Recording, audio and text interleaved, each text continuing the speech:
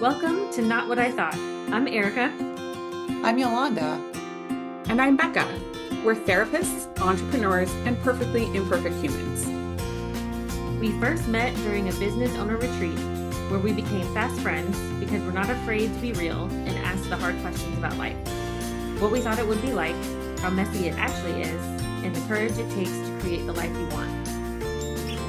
We continue to build our friendship and personal growth through our own retreats. We find the deepest connection in sharing our struggles and finding what we have in common rather than what divides us. We're breaking down hard topics on our podcast and together have conversations about what it takes to find real talk, real support, and real rest for professional women. We're glad you're here. Join us on your favorite podcast platform. All right, y'all. I am so excited because today we get to spend some time with Beth Pare. And yeah, Beth, thanks for being with us today. And tell us your story. Tell us your Not What I Thought story. All right. Well, thank you for having me. I'm excited to meet with you guys. Yeah.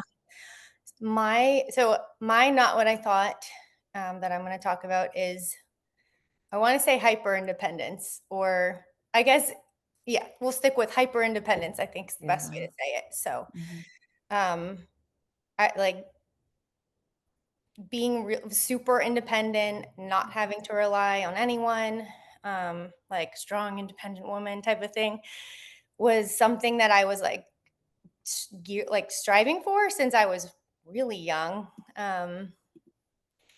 And just like something that I thought would make me feel really empowered, really untouchable, like give me a lot of security. And I guess I sort of realized over time that I really saw it solely as just a strength for a really long time. And eventually I realized that it was kind of also a trauma response, which it's not that that something cannot be both of those things. Like, I don't think that it has to be one or the other, but I think that, all of those things, or most things, exist on like a continuum. Like there's there's a spectrum. So like a healthy independence is a positive thing, but I just did not, my gauge was broken on that. And so hyper independence ended up, I think, doing more harm than good. So it wasn't quite what I thought. As you were saying that, like I could feel all of that in my body, especially the trauma response part. Yeah. I was like, oh shit. Yes, me too. I feel it in my chest when I talk about it. What did that look like for you? I mean, it started when I was, I guess, probably like as soon as I possibly could, like get a job as a teenager, 15 or 16 or however old. I did. And then I always had a job or two jobs. Like I worked at restaurants, I worked at a tanning salon and Best Buy, and like whatever job I could get as a teenager, because I just wanted complete like independence from my parents. I didn't want to rely on them. I was kind of just a rebellious teen and wanted to be able to like have as much freedom to do whatever I wanted as possible. So I was just trying to find ways to do that. I didn't like feeling controlled, which, like, growing up Catholic is kind of comes with the territory.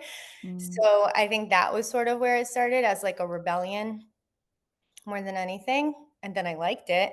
I mean, I didn't have complete freedom at 15 or 16 years old, obviously, but that was where I first got like a little taste of it. Like, oh, I have the capability to earn my own money, and then have my own car and put gas in my car and go do the things I want to do. And so that was where it started, which, I think it's healthy to start as a teenager, like taking initiative, and I'm going to try to get a job, and I'm going to like learn how to be responsible. But I just took it too far, like trying to be an adult at, I don't know. I say 15 or 16 was when I got the job, but I think I was trying to be an adult from like 12 or 13, probably. Mm. I wished it away. I just wanted to grow up so bad so I could just be free and independent. Mhm. Yeah. Mm. What stood out to me from your story is I thought that this independence thing would be empowering and that was like the pinnacle of strength. Yeah, and there is a part of that that I think is easy to connect to because it also sort of fits with this American individualism ethos of like you're just gonna Mhm. do it all yourself and don't need anybody else, and like that's the thing that we should be all like striving for or something.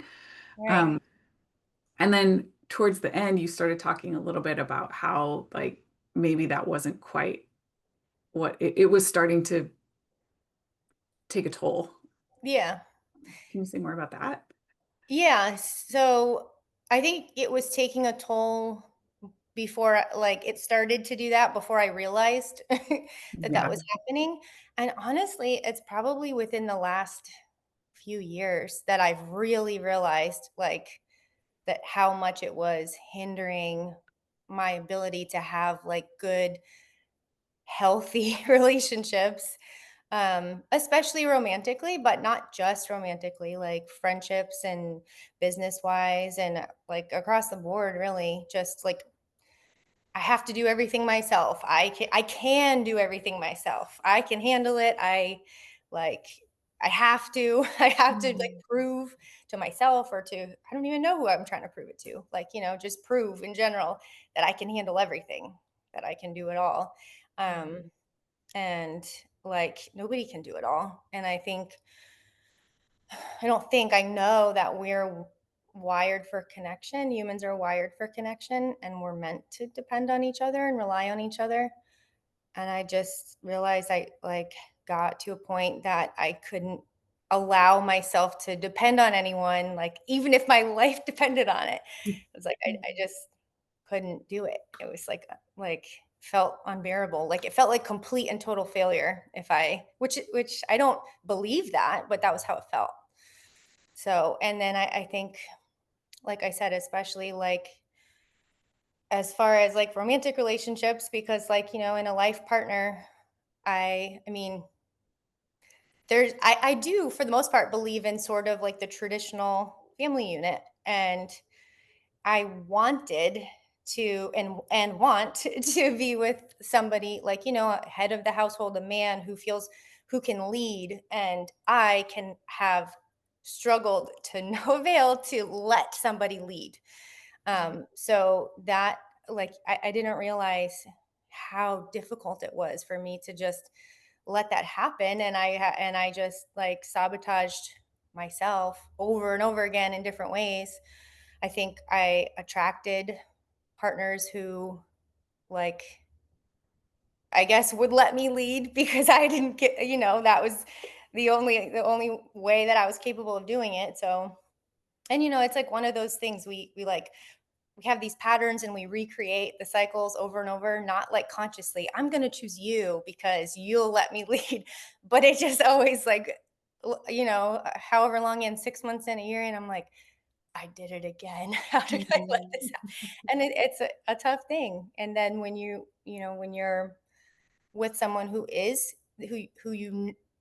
trustworthy to lead and who you do know is capable of like who is safe to then you know it's so hard to let it happen that it really disrupts the potential of what the healthy relationship could be. And it's hard for that good person to I don't cope with isn't the word, but I mean, I think it's hard for the other person to know how to navigate, um, Mm. because they're like, "Well, you're saying you want this, Mm. but you're doing this, so I don't know, like, we're in this shuffle, and I don't know what you Mm. actually want." So, Right. Then you become, if I'm following correctly, right? Like you become inconsistent in the relationship because you say that you want this one thing to right. have a strong head of household kind of a partner, but then your actions say, actually, no, I don't want that. I want to be the one who is in charge. And so I Right. think there's like confusion on the part of the partner, right? Like, what is the role you actually want me to be? And then probably also a lot of frustration internally in like, I'm not getting what I want, but I don't see the ways that I am not letting myself have what I want. Exactly. And Or sometimes, maybe I don't actually want the thing that I say that I want. right. But And yeah, I sometimes don't I know. think the toughest part is when I do see the things, but I still can't Yeah. like get out of my own way. Like I Mm, know Yeah. I can like see the whole thing. I know I'm like I'm self-aware. I see what I say I want and what I like truly believe I do want. And then I see what I'm doing. And I'm like, why do you keep doing this? But I like cannot get my like it's so hard to just break out of it. And it's like I think the whole independence thing to me like has always just meant safety. Like if mm, you just do everything yourself, you don't depend on anyone, you're not relying on anyone. Like mhm, you got you. You know, you mhm, can do it all. Then you're not leaving an opportunity to be let down, disappointed, mhm, whatever the case, you know, it's safe, but you're also depriving yourself of like the depth of connection that you could have if you did allow yourself to depend on people. And like another thing I've been thinking about recently is like another aspect of the whole independence thing is also like it's the desire for safety and to avoid vulnerability, but it's also not wanting to be like feel like a burden. Um, mhm.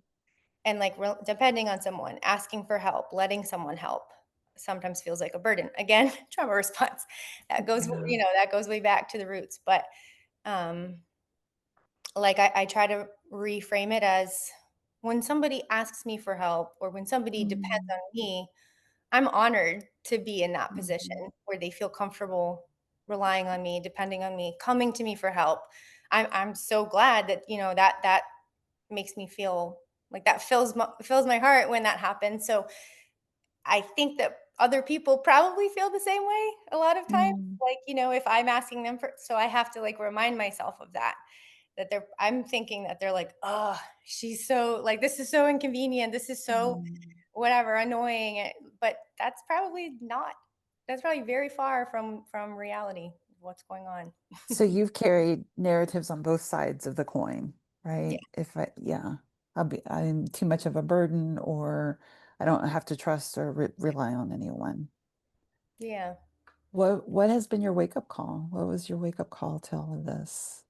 That, the whole being hyper independent isn't what you thought it would be. I think it's always hard to like, you know, narrow it down to like one specific thing. So I Might think, not be just one specific thing for sure. yeah, there's definitely been like some trickles of, oh, what I'm doing is not working. I need to, Mm, and like I'm very introspective and I spend like so much time in my head mm, intellectualizing everything, mhm, psychoanalyzing myself and other mhm, people, my relationships, and just trying to figure it all out and make sense of sometimes things that don't make sense. But that, which I've learned in therapy, in my own yeah. therapy journey in the last like year or two, does not equate to healing. Like you can Mm, understand as whatever all day as much as you want, but that doesn't like that doesn't necessarily allow you to break the cycle that you're in or heal what is like perpetuating the cycle. So I think just kind of like when my most recent relationship was kind of falling apart and that was when I got really serious about therapy. mhm, Because I've been in it. I work in the field. I've been in and out of mhm, therapy for a long time, but I don't think I think that it was always like with a therapist who not that they were just what you know, not that they were not a good therapist, but they were not a good fit for me because I am such a strong intellectualizer mhm. and dominant, and of course, you can It gather. just played into your hand. Yes, so I would just bulldoze through the whole session every Yeah. time, and and then I started with IFS, and Mhm, like have been, and I'm still working with her now the same one the last couple years who like was, I think, the first person to ever ask, "Where do you feel that in your body?" And I was like, "What Mm. the heck? What are you talking about?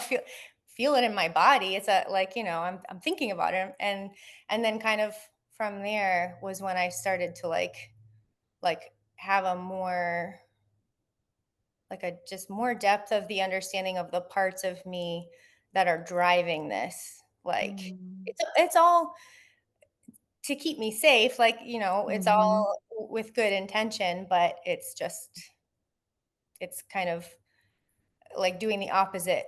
Like, like in IFS, we always talk about how like our parts are they're all trying to keep us safe. They all have a good intention, but a lot of times they end up like causing or perpetuating exactly what they're trying to protect us from. And so Yeah. that was kind of like, um one like Well, trying. Mhm. yeah, no, I was just gonna say, Beth, for the audience, IFS stands for Internal Family Systems, and it's a modality of therapy. Um, it to whatever extent feels appropriate for you. Like, how was that the sh shifting? You shared a little bit, but like, how would you say your experience of IFS was different than other therapy that you've been in, or has maybe been more helpful, if it has been. It sounds like it's been more helpful for you. Yeah. Um, Um yeah, I'm comfortable like sharing it, but it's so hard to like summarize put it it in 'cause it's words. so Yeah. complex. Yeah. Yeah. But I think instead of just talking through the dysfunction and Hmm. like this happened because of this, and oh that like my mom or my dad or whatever used to Hmm. do this, maybe that's why, instead Hmm. of just that, like just pausing and like feeling Hmm. like what is driving me when I'm Hmm. like someone's trying to help me and I'm literally not only am I not seeking help, but when someone is actively trying to help me, I'm like Getting in your own way. right, just Yeah. stopping it dead in its tracks. Like what is happening inside of me Hmm. what like during that process, and it's Hmm. like there are parts of me that are like panicking, this is not safe. If you let like like sounding Hmm. all the alarms, like it's Hmm. you can't tell, but it's like chaos on the inside. On So the I inside. guess like sinking down and like Hmm. just letting myself like experience the chaos, and that helped me start to understand it. I'm still This is not something that I'm like I've got it all figured out now. This is still like one Sure. of my main pain points that I'm like actively working on. Yeah. There's But such depth to it there. I mean, there's such an opportunity to not just have insight, which is what you sounds like you had the experience of all this insight over years of therapy, and this was a different, like, being with kind of experience. And IFS is nuanced and complex, and really speaks to, all of us in our early years growing up have wounds, and from those wounds, we all have different adaptations that are formed to try and protect us. And they're very adaptive at the time, right? They kept you alive and safe and functioning, and me and all of us here. right, But over time, we realize how it was adaptive then, maladaptive now. exactly. Just like Mhm. it forces you, or not forces you, but guides you to feel what you're feeling, and then Mhm. sometimes once you like allow yourself to do that, then you can Mhm. connect more with where it's coming from, and it's not and then it's no longer I am doing this to keep myself safe, period. Mhm. It's I'm doing this to keep myself safe because like in the past, in situations that resemble this in some way, this happened, and that's not happening anymore. So I don't Mhm. have to use the same approach because Mhm. it was survival then, Mhm. but that's not the current situation. So I need to find a healthier, more adaptive way that's going to like, not achieve the but like, help helped me find my way into what the situations and the life that I want in 2025, not Mm, that that I was trying to survive in what a 1990s, whatever, 1998 or 2005 or whatever, when I was mhm, younger and going through things. So, mhm, mhm. yeah. And now that you have the insight coupled with this different experiencing and being with awareness, what are you noticing is different, if anything?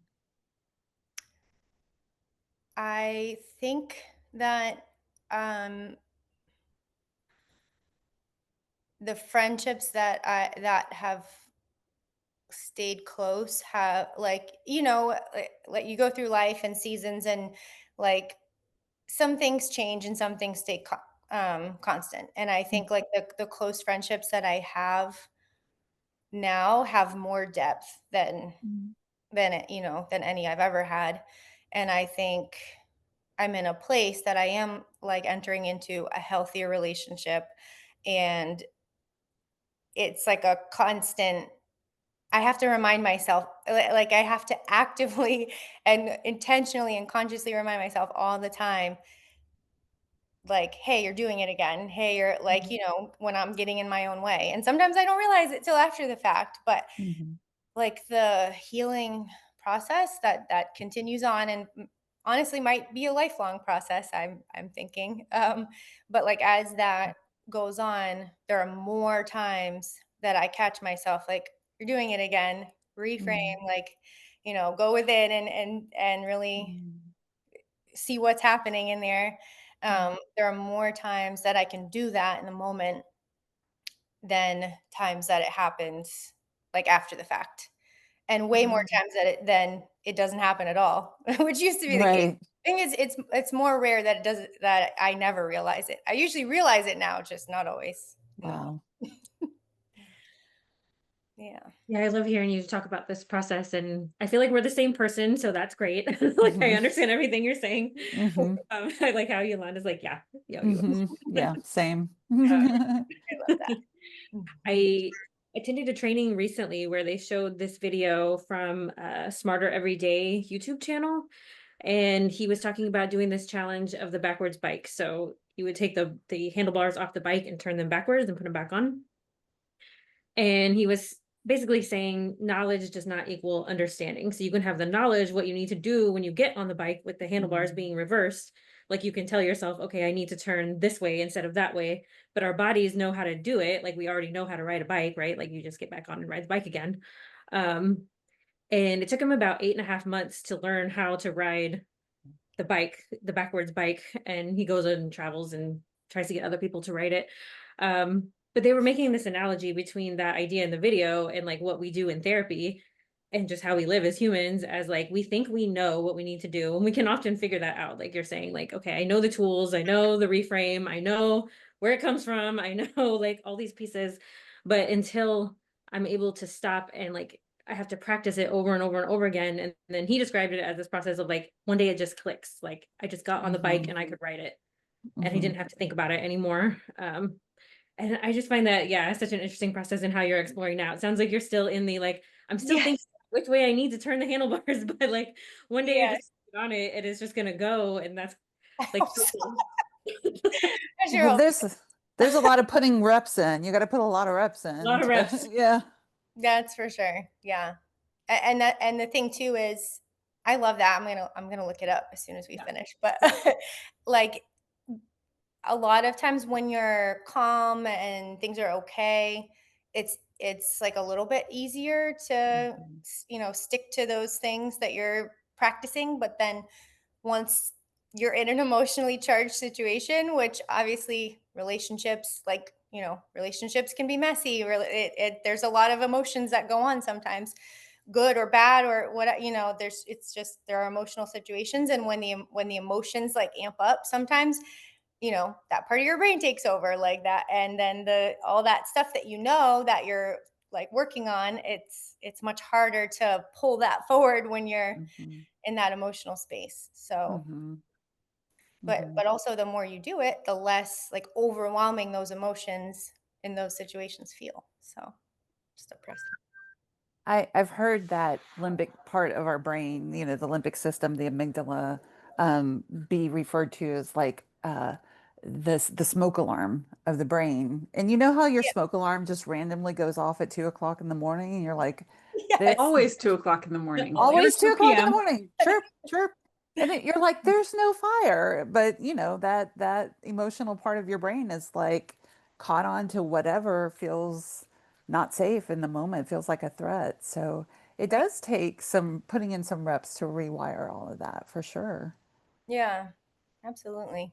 Um, and yeah, I think the like emotional situations are the toughest, but Mhm. even like I talked about friendships and like Mhm. romantic relationships, but even business wise, like just Mhm. learning to delegate more, I think Mhm. like it ties into that and has been such a tough thing because I'm like, Mhm. I'm the one that's doing this. It's like it's my responsibility because it's my business that I started. And but then it's just another way where you're like impeding your own, like you're getting in the way of your own potential success by trying to do everything yourself as one person, Mhm. when there are people out there that you can trust that can handle it. And that like it's easy to say, oh, no one's going to care about my business like I do, like all entrepreneurs have heard that or said Mhm. that. But I mean, finding good people is, it's it can be tough, but it's possible. And Mhm. like learning to do that and let go a little and like trust those people and depend on them, it's a really Mhm. hard thing, but it gives you, I mean, for one thing, it gives your business so much more opportunity to grow and flourish, but it also gives you a little more like peace and Mhm. you know freedom to do like the creative exciting business, part of the business that, or at least that I personally like to do, that I've been, was and kind of still am too bugged down with the other stuff to focus on for a while. So So when we first started this conversation, Beth, you said that the not what I thought thing was hyper independence, that this was going to be the key for me. And I wonder if you have, like, do you have a replacement word or concept that, like, now I know that this is the place that will help me feel strong and empowered? I think um I mean I want to say healthy independence, but also healthy like interdependence, or like both of those things. Because I still, like I said, I think like it's still a spectrum, and being independent and like taking initiative and not like having to rely on or let me think about how I want to say that. But I mean, just basically independence in essence is not a negative thing. Mhm. I don't think. I think it is positive as long as it kind of like stays in check. Just like for me, another thing that I have also struggled with, that I think like a lot of people in our field do or have, like empathy. That is another thing that can be a trauma response if it Mhm. if it is unchecked. Like being empathetic is Mhm. good and healthy, but being so empathetic that you cannot let anyone else around you feel any stress or burden, and that you're Mhm. absorbing any pain around you, then that it's no longer healthy. So I think the same thing with independence. I'm happy that I am that, that I have that like sense of I can take initiative. I know, for the most part, know who I am and what I want and what I want to do, and I'm going to go for it. I like those things about myself. It's just it needs to be balanced. That's always the tough thing, is the balance. Like things are Mhm. usually, a lot of things are good in moderation, and Mhm. the balance in moderation sometimes is just the tough part. Mhm. As you were talking, I wondered if it, like, what it would look like to just completely remove um independence and dependence from vocabulary, because it's like they're so charged for Yeah. you, right? Yeah. It's like it means this one thing, right? And as you were talking, I thought, okay, well, here is a woman who is ambitious. Mhm. She can take initiative. Mhm. She is creative and visionary. And none of that stuff is like, ooh, we have to like temper it or tamp it down or whatever. And like part of being a leader is that you have people who you lead, right? So she knows how to delegate. And even when you're in the leadership position, like delegating isn't like just giving the thing away. It's like I give it to this person and then I have oversight over what happens. Like I think there's so many ways to look at the strengths that you bring to the situation that don't even have that kind of charged valence of is this the right kind of independence or dependence, right? And then Yeah. also on the relationship front, it's like the I want to be a leader. No, I want to be led. No, I want to be a leader. Nope, I want to be led, right? If there's a way that, like, what if we throw out that paradigm entirely and you could lead with someone? Like, could we be together in this? And that may feel so much less threatening to your nervous system because it is always going to trigger that threat thing that someone else has control over you and you're supposed to like submit to them. That is Exactly. always right. So, what if we just threw that out and you got to feel strong and empowered as you led with, if you were in true partnership with someone else that doesn't have to trigger that thing in a way for you to have to even have to fight it, right? Yeah, I love that. That's perfect. And I like if I had to not use the word dependence or independence, I think like it's a much different word, but what I would replace it with is like connectedness. Like that's Mm, the because that's, mhm, I think giving myself like giving myself the permission or the space to rely on people, delegate, ask mhm, things of people.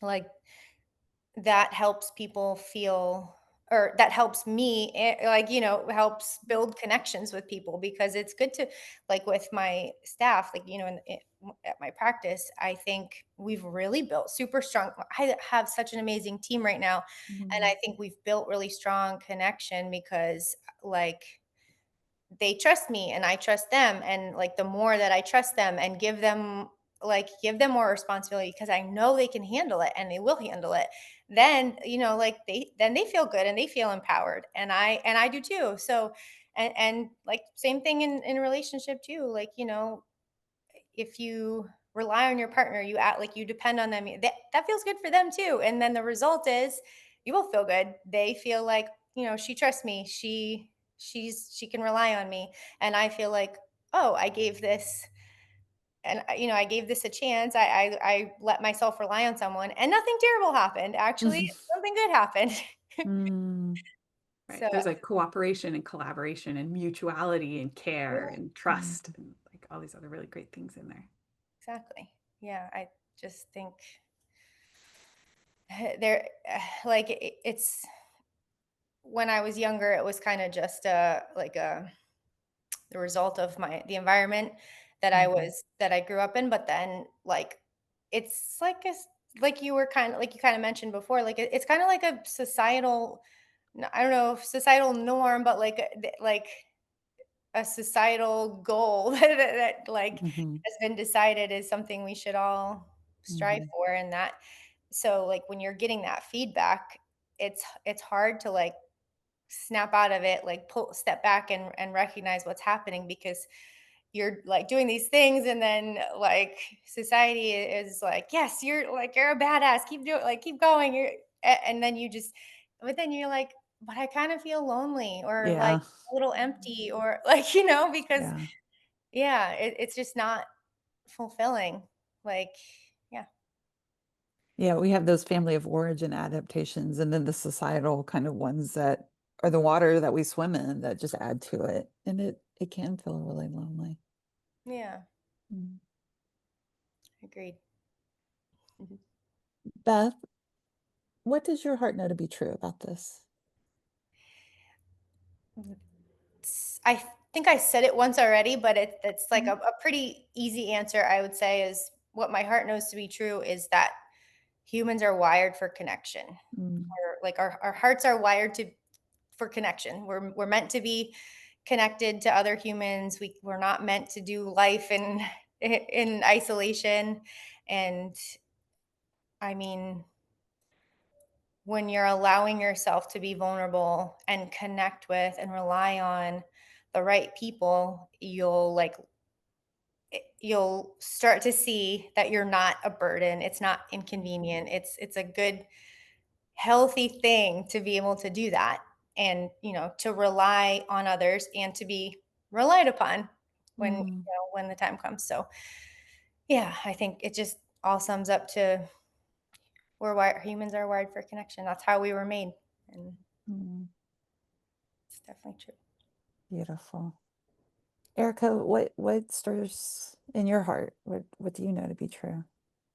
Um, my heart knows that connection is the antidote to, I think, a lot of the reasons why the hyper independence feels attractive, or the challenges in overcoming that.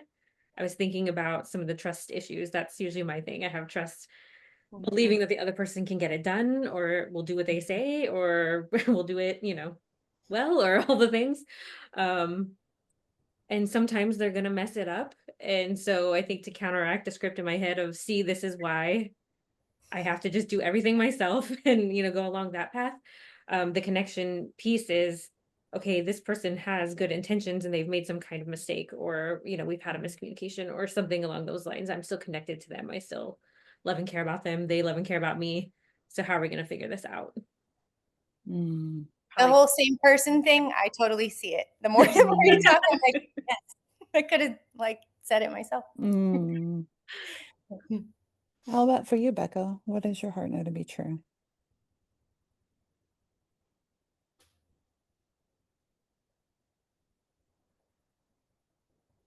My heart knows that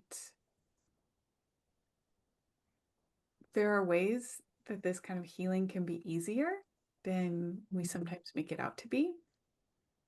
That we can come in with this sort of attitude of like, well, I was this way and I don't want to be that way anymore. So I have to do the complete opposite in these ways that make it sometimes harder for us. And this is sort of a kick I've been on for a while. It's like, well, what if healing could be easy? What if it could be fun? What if it didn't have to be so hard, right? And there was this like energy shift that happened when Beth when I was talking about, well, what if you were in partnership instead of over or under? It's like, oh, right. Mhm. That and if it feels like it's too much of an uphill battle, it probably Mm, means that we haven't yet found the right thing. mm, Like, keep looking until we can find the place where it feels easy and fun and exciting, because I think it's possible. mm, Yeah, I love that. I there's there's just so many things, like automatic thought patterns that I'm trying to. They all kind of just go together, but that's the mhm, another thing that I do struggle with the balance and moderation. So it's true. I like mhm. correct things by going way too far. Like the pendulum swings and I'm like, wait, this is not healthy either. Like Yeah. somewhere in between. And then Mm, I do fall into, well, this has to be like painful, or maybe not painful, but like it has to be so difficult or else I must not be doing it right. Because nothing yeah. that's like worth doing could just be easy. But Mhm. why? Who made that rule? Totally feeling that too. What does your heart know, Yolanda? Um, vulnerability for the win. As we were getting ready to start our conversation today, we were kind of chatting with Beth about a couple of different topics that for us to bring, and I'm really glad that we landed on this one, Beth. Um, and for the connectedness that we got to have together today. Yeah, thanks for sharing your story. Um, if someone out there in listening land wants to connect with you, what's the best way for them to get in touch?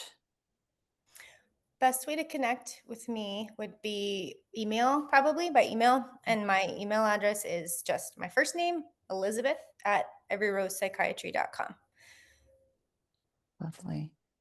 Yeah, Thanks for joining us and for sharing your Not What I Thought story. absolutely. Thank you.